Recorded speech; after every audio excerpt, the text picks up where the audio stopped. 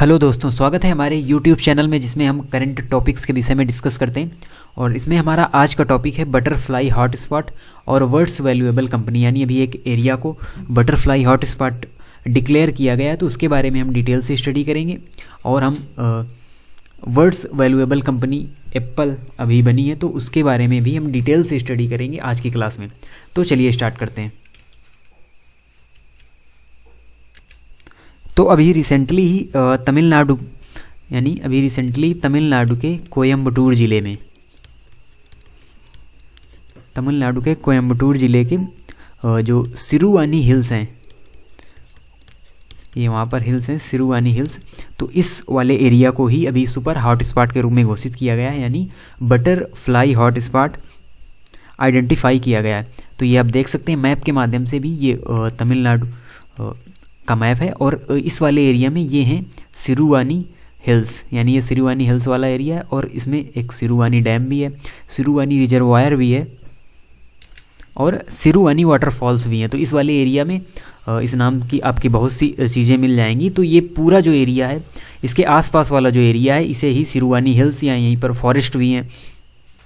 और जो बायोडाइवर्सिटी है, तो हाई बायोडाइवर्सिटी पाई जाती है इस वाले एरिया में। तो अभी तमिलनाडु के कोयम्बटूर ज़िले में सिरुवानी हिल्स वाले एरिया को बटरफ्लाई हॉटस्पॉट आइडेंटिफाई किया गया है, डिक्लेयर किया गया है। और ये कैसे डिक्लेयर किया गया है, कैसे पता चला कि यहाँ पर इस वाले एरिया को बटरफ्लाई हॉटस्पॉट डिक्लेयर किया जाना चाहिए। तो एक सोसाइटी है, उसका नाम आपके लिए इम्पोर्टेंट रहेगा। तो the nature and butterfly society, या इसे शार्ट में ही कहते हैं TNBS।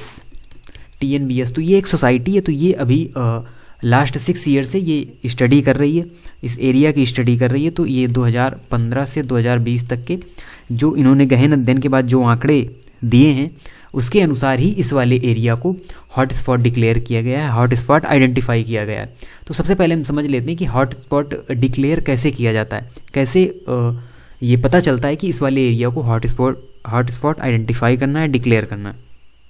तो हॉटस्पॉट घोषित करने के लिए क्या होता है कि जब कोई स्टेट है, उसकी चेकलिस्ट प्रजाति में, यानी उस राज्य की जितनी लिस्ट में जितनी प्रजातियां होंगी, तो उस प्रजातियों का 25% अगर एक ही स्थान में पाया जाता है, जितनी उस स्टेट की चेक लिस्ट है, यानी जितनी स्पीसीज उस राज्य की चेक लिस्ट में आते हैं, तो उसके 25% अगर एक ही स्थान में पाए जाते हैं तो उस वाले एरिया को हॉटस्पॉट डिक्लेयर कर दिया जाता है। एग्जाम्पल के लिए हम ले लेते हैं, मान लीजिए कि कोई स्टेट है, उसकी चेक लिस्ट में 300 स्पीसीज हैं, यानी कि 300 स्पीसीज हैं उस स्टेट की चेक लिस्ट में। और अगर किसी एक स्थान पर इसका 25% कितना होगा, लगभग 75, तो 75 या उससे अधिक अगर स्पीसीज किसी एक ही स्थान में पाई जाती हैं तो उस वाले एरिया को हॉटस्पॉट डिक्लेयर कर दिया जाएगा। ये इसका पैमाना होता है हॉटस्पॉट डिक्लेयर करने का।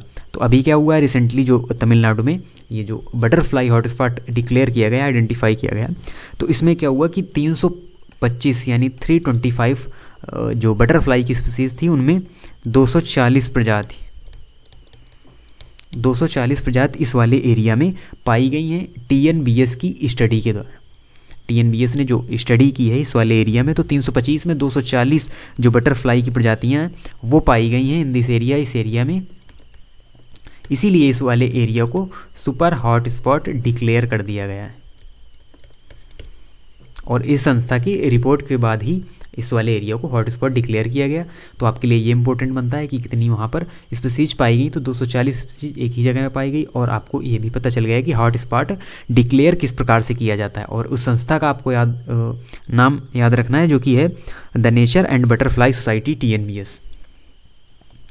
अब आगे देखते हैं हम कि जो कौन कौन सी प्रजातियाँ हैं वो यहाँ पर मिली हैं। तो इन बटरफ्लाई की जो स्पीसीज हैं उनमें स्वॉलटेल, ये बटरफ्लाई की एक प्रजाति है, जो आप फिगर देख रहे हैं यही है स्वॉलटेल बटरफ्लाई। और उसके बाद कुछ ब्रश फुटेड तितलियाँ बटरफ्लाई भी इस वाले एरिया में पाई गई। और ब्लूज, ये सभी प्रजातियाँ हैं बटरफ्लाइज की जो इस वाले एरिया में पाई गई हैं। और मेटल मार्क्स, ये जो आप बटरफ्लाई देख रहे हैं ये है मेटल मार्क्स, ये एक प्रजाति होती है बटरफ्लाई की। उसके अलावा स्कीपर्स, तो ये जो प्रजातियाँ, ये जो स्पीसीज़ हैं इस वाले एरिया में देखने को मिली हैं, सिरुआनी हिल्स वाले एरिया में, जिसको हॉटस्पॉट डिक्लेयर कर दिया था। तो ये थी all over news butterfly hotspot के बारे में। अब देखते हैं हम आज का अपना दूसरा टॉपिक, जो कि है वर्ल्ड्स वैल्यूएबल कंपनी। अभी एप्पल बनी है, तो सबसे पहले समझ लेते हैं कि किसके द्वारा इसको वर्ल्ड वैल्यूएबल कंपनी घोषित किया गया, डिक्लेयर किया गया। तो हुरून ग्लोबल रैंकिंग, ये एक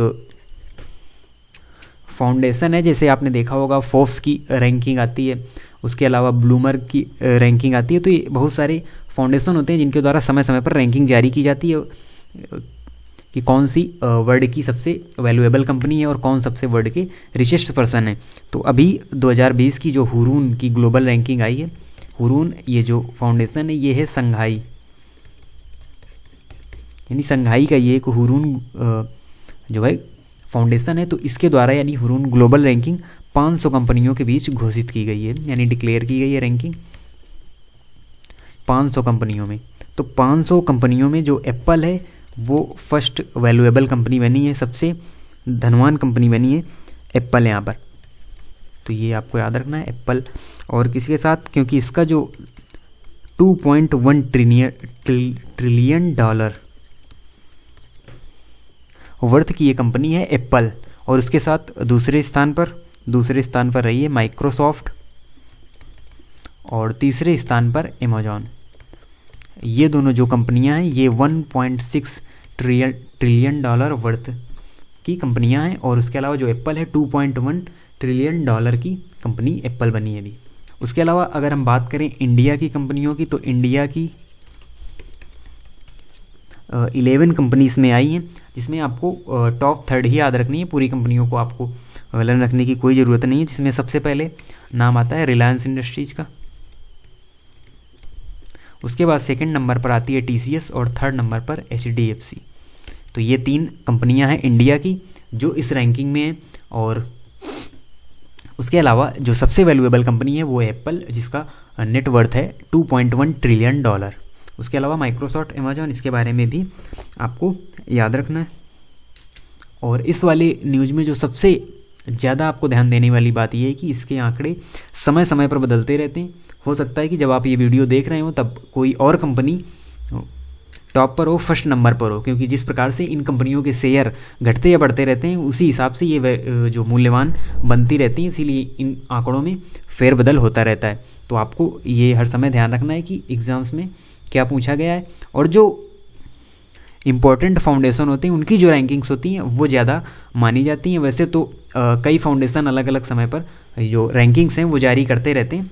जैसे अभी आपने देखा होगा कि फोर्ब्स के अनुसार जेफ बेजोस सबसे धनवान व्यक्ति बने थे, जो अमेजॉन के फाउंडर हैं, बट रिसेंटली एलन मस्क दुनिया के सबसे धनवान व्यक्ति बन गए हैं। तो ये अलग अलग फाउंडेशन की अलग अलग रैंकिंग के हिसाब होता रहता है, यानी कि ये आंकड़े बदलते रहते हैं। तो ये आपको इसमें ध्यान देना है। वैसे जो फोर्ब्स की लिस्ट आती है वो रिचेस्ट पर्सन की हो या रिचेस्ट कंपनी की हो तो उसको ज़्यादा ऑथेंटिक माना जाता है, तो उसको आपको ज़्यादा ध्यान रखना है। और समय समय पर गूगल से आपको इन चीज़ों के बारे में जानकारी रखनी है, क्योंकि इनके आंकड़े कभी भी बदल जाते हैं। तो ये था हमारा ऑल ओवर आज का टॉपिक, जिसके में हमने डिस्कस किया सबसे पहले बटरफ्लाई हॉटस्पॉट के बारे में, और फिर जो वर्ल्ड्स वैल्यूएबल कंपनी बनी है हमारी एप्पल, उसके बारे में। तो आपको अगर ये वीडियो पसंद आया हो तो हमारे चैनल को ज़रूर सब्सक्राइब करें, और हमारा फेसबुक पेज है जिसको आप फॉलो कर सकते हैं, जिसमें समय पर जो पोस्ट हैं वो वहाँ पर आपको मिलती रहेंगी। तो मिलते हैं आपसे नेक्स्ट वीडियो में एक नए टॉपिक के साथ, तब तक के लिए धन्यवाद।